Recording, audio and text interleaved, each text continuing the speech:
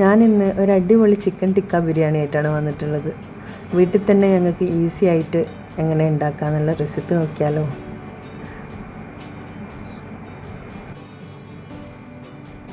ഞാനിവിടെ 1 കിലോ ബോണോട് കൂടിയിട്ടുള്ള ചിക്കനാണ് എടുത്തിട്ടുള്ളത്.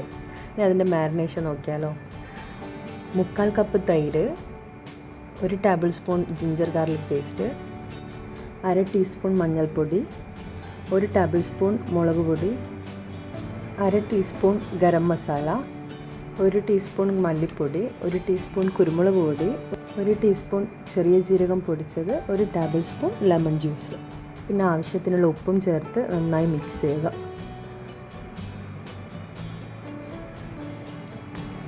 ഇനി ഇത് എടുത്ത് വെച്ചിരുന്ന ചിക്കനിലേക്ക് നന്നായി മാരിനേറ്റ് ചെയ്ത് ഒരു 2 hours ഫ്രിഡ്ജിൽ റെസ്റ്റ് ചെയ്യാൻ വെക്കുക.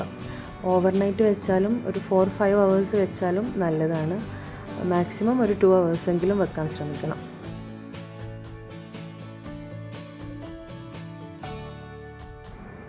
ഞാനിവിടെ 3 കപ്പ് ബസ്മതി റൈസാണ് എടുത്തിട്ടുള്ളത്. ഒരു 20 മിനിറ്റ് ഞങ്ങൾക്കിത് സോക്ക് ചെയ്യാൻ വെക്കാം.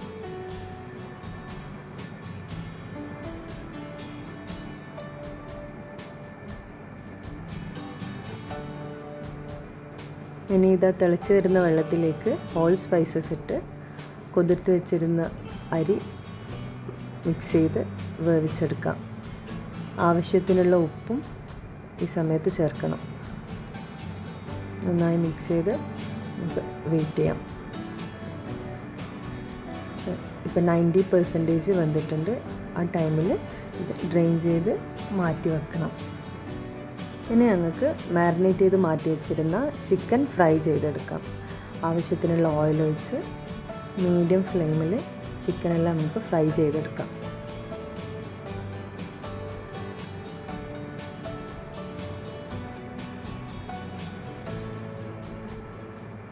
ചിക്കനൊക്കെ അത്യാവശ്യം വെന്തിട്ടുണ്ട്.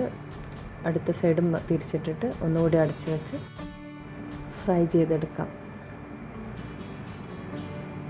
അതിൻ്റെ കൂടെ തന്നെ വേറൊരു പോട്ടിൽ ഞങ്ങൾക്ക് മസാല റെഡിയാക്കാനുള്ള കാര്യങ്ങൾ നോക്കാം. കുറച്ച് ഓയിലും 2 ടേബിൾ സ്പൂൺ നെയ്യും ചേർത്ത് കുറച്ച് ഹോൾ സ്പൈസസും ഇട്ട് മൂപ്പിച്ചെടുത്തതിന് ശേഷം കട്ട് ചെയ്ത് വെച്ചിട്ടുള്ള 2 മീഡിയം സൈസ് സവാള നന്നായി വഴറ്റിയെടുക്കുക. അതിനുശേഷം 1 ടേബിൾ സ്പൂൺ ജിഞ്ചർ ഗാർലിക് പേസ്റ്റും 3 പച്ചമുളകും ആഡ് ചെയ്തിട്ട് നന്നായി മിക്സ് ചെയ്യുക. അതിൻ്റെ പച്ചമണം മാറിക്കഴിഞ്ഞാൽ 2 തക്കാളി, പഴുത്ത തക്കാളി ആഡ് ചെയ്ത് ആവശ്യത്തിനുള്ള ഉപ്പും ചേർത്ത് അടച്ച് വെച്ച് കുറച്ച് സമയം വഴറ്റിയെടുക്കുക. ഇപ്പോൾ ഇതാ തക്കാളിയൊക്കെ നന്നായി വഴണ്ട് വന്നിട്ടുണ്ട്. ഇനി ഇതിലേക്ക് 1/2 ടീസ്പൂൺ മഞ്ഞൾപ്പൊടി, 1 ടീസ്പൂൺ മുളക് പൊടി, 2 ടീസ്പൂൺ മല്ലിപ്പൊടി, 1 ടീസ്പൂൺ ഗരം മസാല, 1 ടീസ്പൂൺ ജീരകപ്പൊടി, പിന്നെ 2 ടീസ്പൂൺ തന്തൂരി മസാല ചേർത്തിട്ടുണ്ട്. നിങ്ങളുടെ കയ്യിൽ ടിക്ക മസാലയോ തന്തൂരി മസാലയോ ഉണ്ടെങ്കിൽ ചേർത്താൽ നല്ല ടേസ്റ്റായിരിക്കും. അതൊക്കെ നന്നായി വഴറ്റി അത്യാവശ്യം പച്ചമുളക് മാറിയതിന് ശേഷം 3/4 കപ്പ് തൈര് അത് ആഡ് ചെയ്ത് നന്നായിട്ട് മിക്സ് ചെയ്യുക.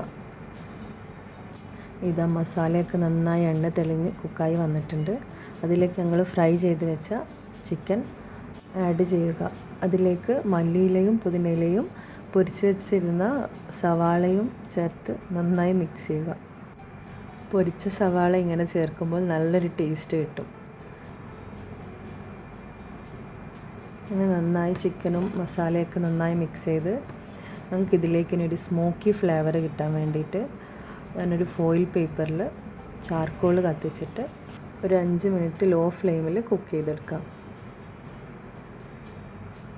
ചാർക്കോൾ കത്തിക്കുമ്പോൾ ഒരു സ്മോക്കി ഫ്ലേവർ നല്ല ടേസ്റ്റാണ് ഈ ചോറിന്. അങ്ങനെ ഇത് അടിപൊളി ടേസ്റ്റി ആയിട്ടുള്ള മസാല റെഡി ആയിട്ടുണ്ട്. ഞാനിത് 2 പാർട്ടാക്കിയിട്ട് മാറ്റുകയാണ് ദം ചെയ്യാൻ വേണ്ടിയിട്ട്. ഞാനിത് ആദ്യം ചിക്കനും അതിൻ്റെ മേലയിൽ ചോറ്, പിന്നെ ചിക്കന്, പിന്നെ ചോറ്, അങ്ങനെ 2 ലെയറായിട്ടാണ് ദം ചെയ്യുന്നത്. എടുത്ത് വെച്ചിട്ടുള്ള ചിക്കനും ആഡ് ചെയ്ത് ഇതാ പൊരിച്ച് വെച്ചിട്ടുള്ള സവാളയും മല്ലിയിലയും പുതിനയിലയും ചേർക്കുക. നല്ലൊരു ടേസ്റ്റാണ് ഇങ്ങനെ ദം ചെയ്യുമ്പോൾ.